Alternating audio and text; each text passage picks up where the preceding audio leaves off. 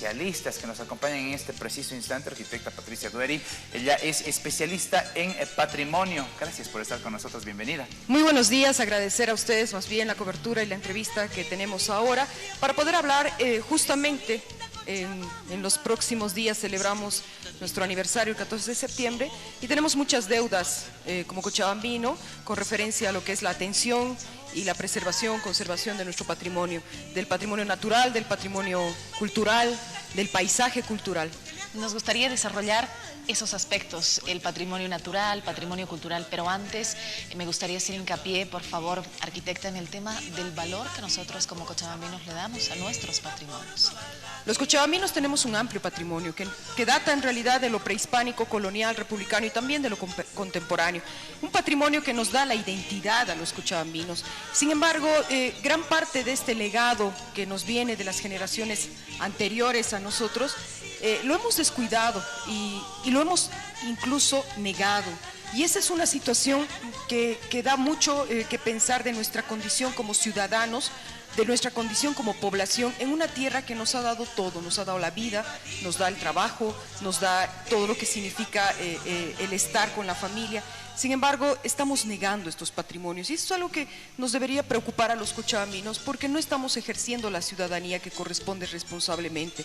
Pedimos, pero nunca somos capaces de dar y ese dar significa también ponerle valor a la identidad de nuestra región, tanto al patrimonio natural, al patrimonio cultural, al paisaje cultural.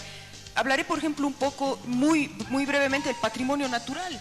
El patrimonio natural implica todas las áreas verdes, todo lo que significa lo que nos rodea, pero ¿cómo lo descuidamos? El Parque Tunari es un patrimonio natural de los cochabaminos, un área protegida, sin embargo, constantemente vemos avasallamientos. El río Rocha, un patrimonio natural de los cochabaminos, y nos hemos acostumbrado a verlo constantemente contaminado, sucio, oloroso. Me da pena decir esto, pero desde que yo me acuerdo, desde muy niña, el río Rocha ha estado contaminado. Estoy hablando de décadas de ausencia de atención a este patrimonio natural. Y sin ir lejos, la laguna Lalay, la laguna Quemari, la laguna Coñacoña, son espacios naturales que hoy en día han quedado prácticamente fuera de la gestión pública, fuera de la atención de los ciudadanos, en términos de patrimonio natural, ¿no? Ajá, arquitecta, este tema es preocupante porque muchos de estos patrimonios han quedado así en pro del desarrollo. Exacto, y hablaremos del paisaje natural, que implica el patrimonio natural vinculado al patrimonio cultural.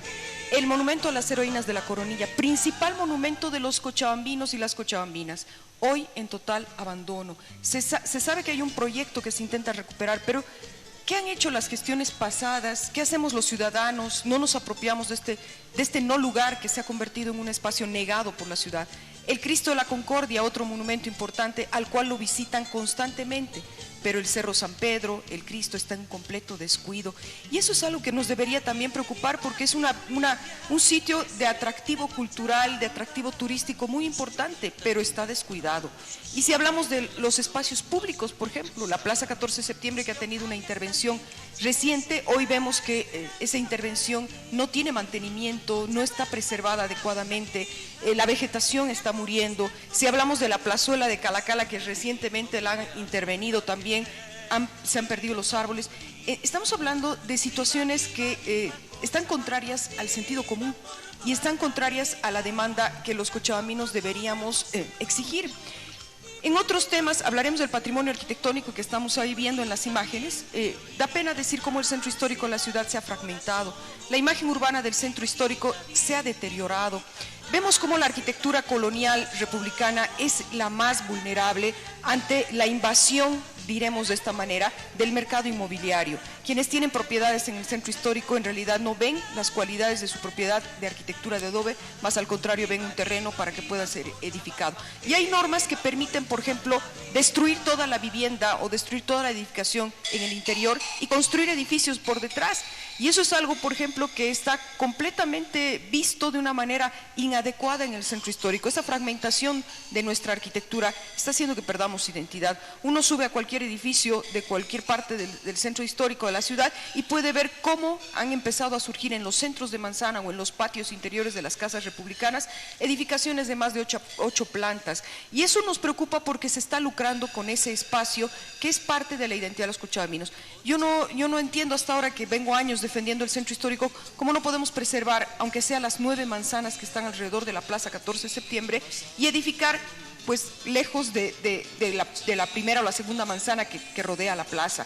Entonces tenemos tanto espacio en otras áreas, pero sin embargo nos enfatizamos en generar mayores construcciones en altura en lugares donde deberíamos preservar. Lo único que queda de 4 siglos de historia de esta ciudad, desde su fundación hasta la actualidad, es precisamente la Plaza 14 de septiembre, los alrededores, la Plaza San Sebastián, el monumento a las heroínas de la Coronilla y todas esas estructuras que hoy en día están vulnerables ante lo que significa el cambio de uso de suelo, el cambio de imagen urbana. Y esto es algo que nos debe preocupar porque son intereses privados por encima de los intereses colectivos. Estamos hablando de que personas privadas están engrosando o enriqueciéndose a costa de vulnerar incluso leyes nacionales de protección al patrimonio, y a costa de enriquecerse de manera individual estamos perjudicando a toda la población y a toda la colectividad. Son cosas que no se recuperan, son patrimonios que no se recuperan, que son irreversibles en términos de cuando tienen un daño, ¿no? Otro aspecto que también nos gustaría mencionar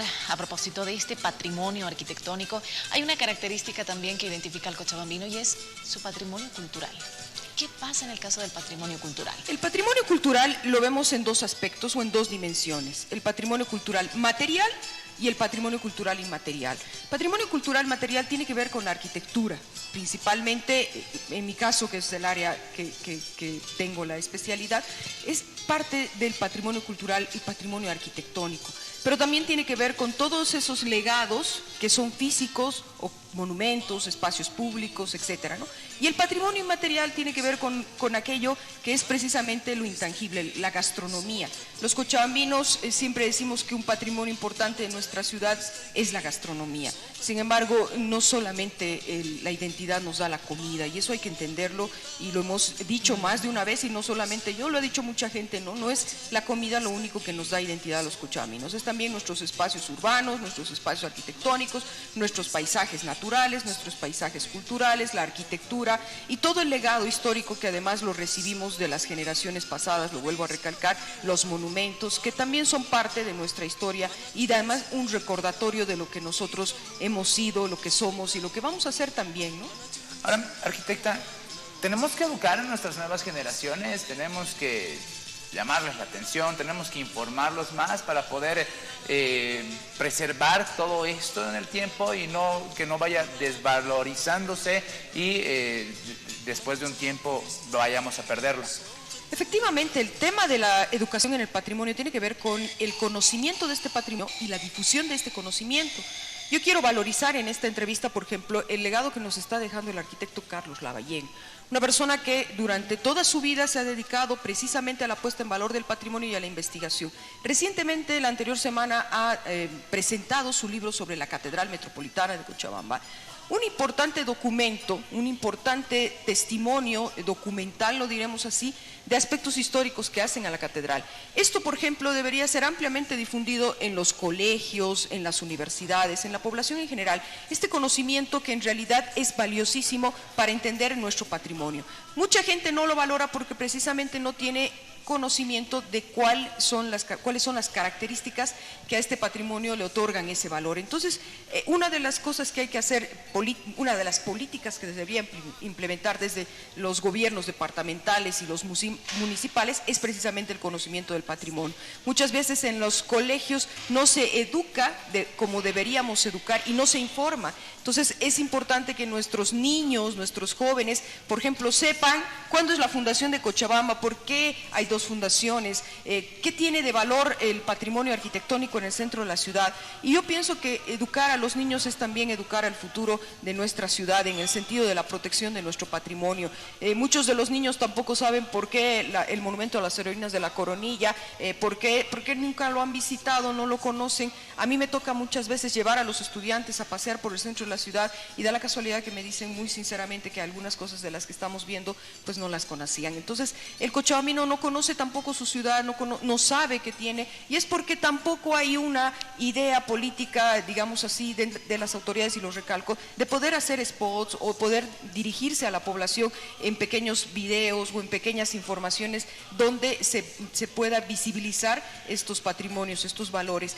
Y miren que en esto nosotros trabajamos de manera constante, estamos trabajando, por ejemplo, con Wikipedia a nivel nacional. Este mes estamos trabajando con el tema del Wikilove Monuments por tercera oportunidad, y quiero invitarles, aprovechando esta entrevista, a todos los que nos están viendo, si tienen fotografías de patrimonio arquitectónico que además están en la lista de la Wikipedia en el concurso de Wikilove Monuments Bolivia 2019, por favor súbanlas y participen, porque esta es una plataforma abierta de trabajo colectivo, digamos así, de cooperación interesante, donde se puede visibilizar el conocimiento. Pongan en Wikipedia muchos de los patrimonios de Cochabamba y no están.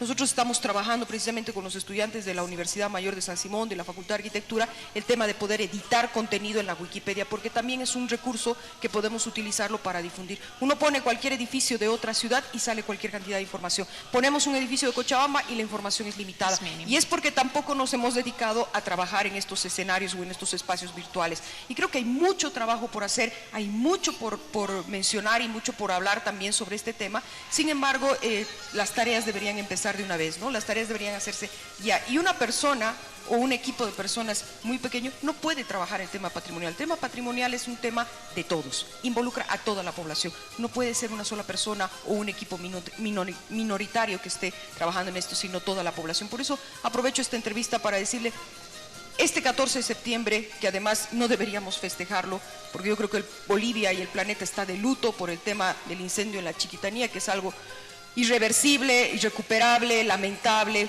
crítico. Yo creo que ni las predicciones del Apocalipsis ni Nostradamus pusieron en sus avisos, digamos así, a nuestras generaciones, que iba a haber semejante catástrofe y semejante desastre del patrimonio natural, que afecta no solamente a la Chiquitanía, nos afecta a todos, afecta a Cochabamba, afecta a Bolivia, afecta al planeta. Es triste ver, incluso es triste, y se los digo, aprovecho esta entrevista y un poco me alargo, es triste ver cómo animales están muriendo, pero además es más triste, yo digo, animales que nunca han sido parte de un cuento de niños. Por ejemplo, hay animales que he visto que no sabía que existían, por ejemplo, en Bolivia, nunca los difundimos, y que son parte de nuestro patrimonio de la flora y la fauna, y miren, no hay un cuento famoso que hayan involucrado como protagonistas a estos animales que hoy en día han perecido en el incendio de la manera más terrible y más catastrófica, y es porque tampoco hay investigación en esas áreas. Entonces, ¿cuál es el mensaje final que podría yo